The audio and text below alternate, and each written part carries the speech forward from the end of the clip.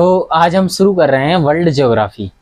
World geography को पढ़ने के लिए जिसमें हम वर्ल्ड मैपिंग करेंगे, वर्ल्ड की कैपिटल्स पढ़ेंगे और वर्ल्ड से जुड़ी बहुत सारी जानकारियां। और ये बहुत ज़रूरी बेसिक फाउंडेशन कोर्स होता है। अगर आप वर्ल्ड ज्योग्राफी पढ़ लेते हैं तो आपको ये बहुत जगह मदद करेगी। मेरे हिसाब से अगर कोई ज्योग्राफी पढ़ रहा है या हिस्ट्री पढ़ रहा है या कुछ और पढ़ रहा है तो सोशल साइंस से जुड़े हुए जो विषय हैं उनको पढ़ने के लिए सबसे पहले हमें वर्ल्ड ज्योग्राफी कर लेनी चाहिए। वर्ल्ड ज्योग्राफी में सबसे पहले वर्ल्ड मैपिंग। अगर हमें देश के नाम पता नहीं होते हैं, देश की थोड़ी बहुत बेसिक जानकारियां नहीं होती हैं तो ये हमें बहुत परेशान करती हैं। अगर आपको देश के नाम पता है, थोड़े से अच्छे से वर्ल्ड मैपिंग आती है, तब आपको ये बहुत ज़्यादा हेल्प करेगी। अच्छा, वर्ल्ड मैपिंग शुरू करने से पहले, वर्ल्ड ज्योग्राफी शुरू करने से पहले हमें थोड़ी चीज़ें समझनी है जो आज हम समझ लेते हैं और हम अगले वीडियोज़ में वहाँ से हम शुरू करेंगे वर्ल्ड मैपिंग।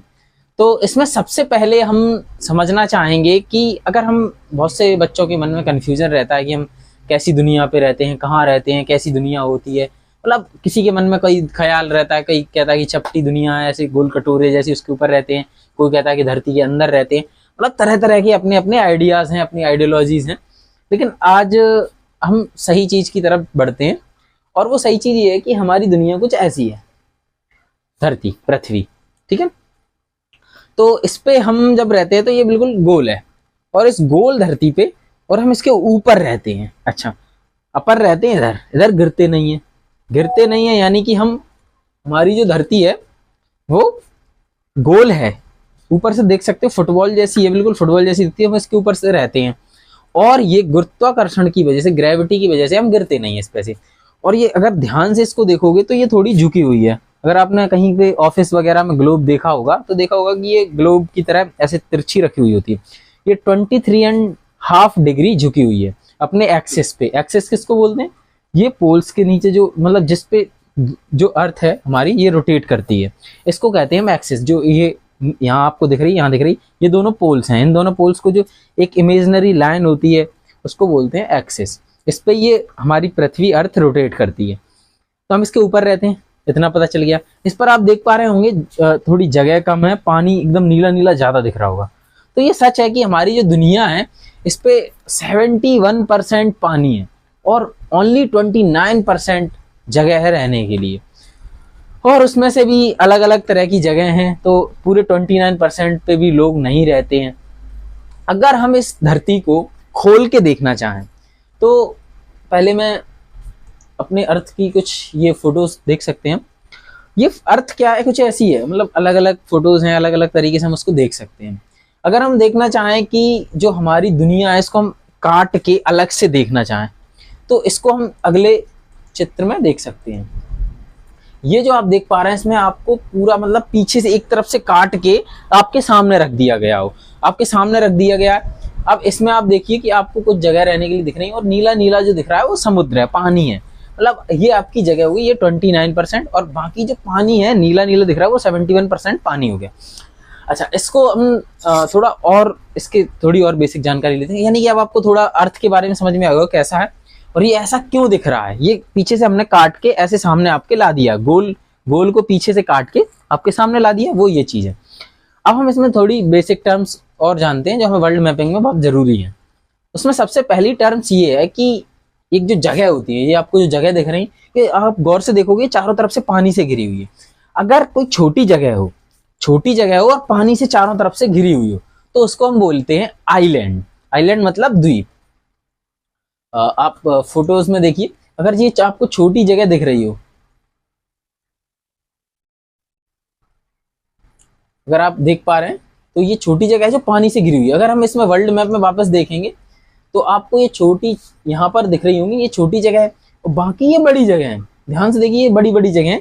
जो बड़ा हिस्सा है मिट्टी का, जमीन का, जो चारों तरफ से, सभी चारों तरफ से पानी से घिरे हुए हैं, पर जो छोटी जगह है वो क्या हो गई? आइलैंड। अगर हम इन बड़ी जगहों की बात करेंगे तो हम पाएंगे कि ये बड़ी जगह है कॉन्टिनेंट, यानी कि महाद्वीप। द्वीप छोटा, महाद्वीप बड़े। तो ऐसे दुनिया में आइलैंड्स भी हैं और कॉन्टिनेंट भी हैं। अगर कॉन्टिनेंट की बात करें तो आपको ये बड़े बड़े कॉन्टिनेंट दिख रहे होंगे।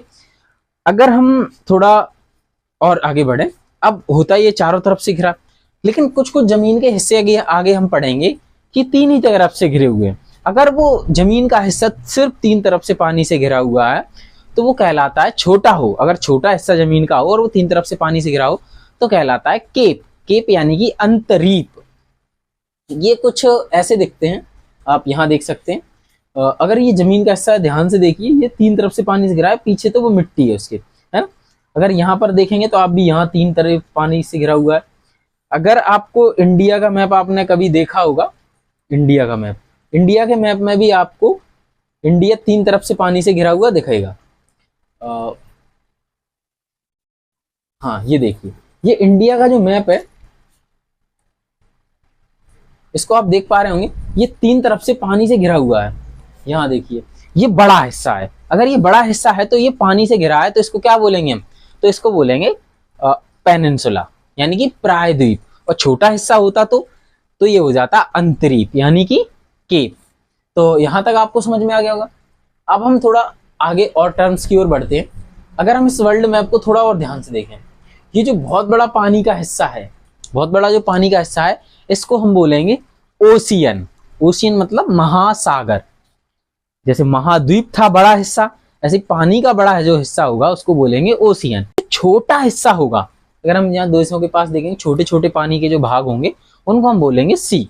तो अब यहाँ पर आप बड़े बड़े पानी को देख सकते हैं, ये ओशियन हो जाएंगे। अभी हम बताएंगे कहाँ है, कैसे है। तो सी भी हमें समझ में आ गया, ओशियन भी समझ में आ गया। अब आपको कुछ टर्म्स याद रखनी है, जैसे कि केप हो गया, पेनिनसुला हो गया, आइलैंड हो गया, कॉन्टिनेंट हो गया, सी हो गया, ओशियन हो गया। द्वीप, प्रायद्वीप, महाद्वीप, अंतरीप, सागर, महासागर, ये अपन ने समझ लिए। अब जो हमारे महाद्वीप हैं वो पृथ्वी पर कितने हैं, मतलब बहुत महाद्वीप जो हैं, बहुत बड़ी बड़ी जो जगह हैं वो हमारे हैं 7। और जो छोटे छोटे आइलैंड्स हैं वो तो बहुत हैं, मतलब हम पढ़ेंगे धीरे धीरे। और आपको वर्ल्ड मैपिंग अगर आप कर रहे हैं, ज्योग्राफी पढ़ रहे हैं, तो आपको इतना नॉर्मली तो पता ही होगा कि अगर हम मैप में ऊपर की तरफ देखते हैं तो वो नॉर्थ डायरेक्शन होती है, नॉर्थ यानी कि उत्तर दिशा कहलाती है, और नीचे की तरफ साउथ यानी कि, ठीक है, साउथ डायरेक्शन होती है। अगर हम नॉर्थ की तरफ मुंह करके खड़े हैं, नॉर्थ की तरफ, और हमारा राइट जो हैंड है वो जाता है हमारा, अच्छा ऊपर की तरफ मुंह नहीं कर सकते है ना, चलो कोई बात नहीं। अगर आपको ऊपर की तरफ नॉर्थ डायरेक्शन है मैप में और नीचे साउथ हो गई, तो जो हमारा राइट हैंड होगा, अभी मैं आपकी तरफ देख रहा हूं तब, अगर आप उल्टा होके देखेंगे उसी साइड को तो गड़बड़ हो जाएगा। बस आप ऐसे समझ सकते हैं, ऊपर की तरफ नॉर्थ, नीचे की तरफ साउथ, उस साइड, ठीक है, उस साइड, अभी मुझे उस साइड बोलना पड़ रहा है, उस साइड होगा हमारा वेस्ट और इस साइड होगा हमारा ईस्ट। अगर मैं ऐसे मान लो, अभी आपको मैं करके ही दिखा देता हूँ, ठीक है, TAINT। अगर हम मैप में देख पा रहे हैं, मैप में अगर हम मान लो ये डायरेक्शन के चिन्ह बना दें, ये ऊपर की डायरेक्शन का है तो ये हमारी होगी नॉर्थ, और नीचे की अगर हम बात करें तो ये हमारी हो जाएगी साउथ, ठीक है। और अगर हम इस साइड की बात करें तो ये हमारी हो जाएगी वेस्ट, ठीक है, और ये इधर वाली ईस्ट, ठीक है। तो ये डायरेक्शन का भी थोड़ा ध्यान रखना, ये हमारी नॉर्मल चीजें हो गई। अब हम कल पढ़ेंगे कि, अगली वीडियो में पढ़ेंगे कि कितने कॉन्टिनेंट हैं, कहाँ हैं, और जो ओशियंस हैं वो कितने हैं, मैन। फिर उसके बाद हम हर कॉन्टिनेंट के अंदर जो देश हैं उनकी राजधानी है और बहुत सारी चीजें, लेक्स, माउंटेन्स, डेजर्ट्स, ग्रासलैंड्स, बहुत सारी चीजें, तो वो भी धीरे धीरे कवर करते चलेंगे। इसमें आपको बस हमारा साथ ये देना है कि आपको एक पॉलिटिकल मैप लेना है, प्रिंट करवा लेना या बाजार से खरीदना छोटे वाले, तो आपको प्रैक्टिस करनी है उनमें भर भर के, ठीक है। तो अगले मिलते हैं अगली वीडियो में।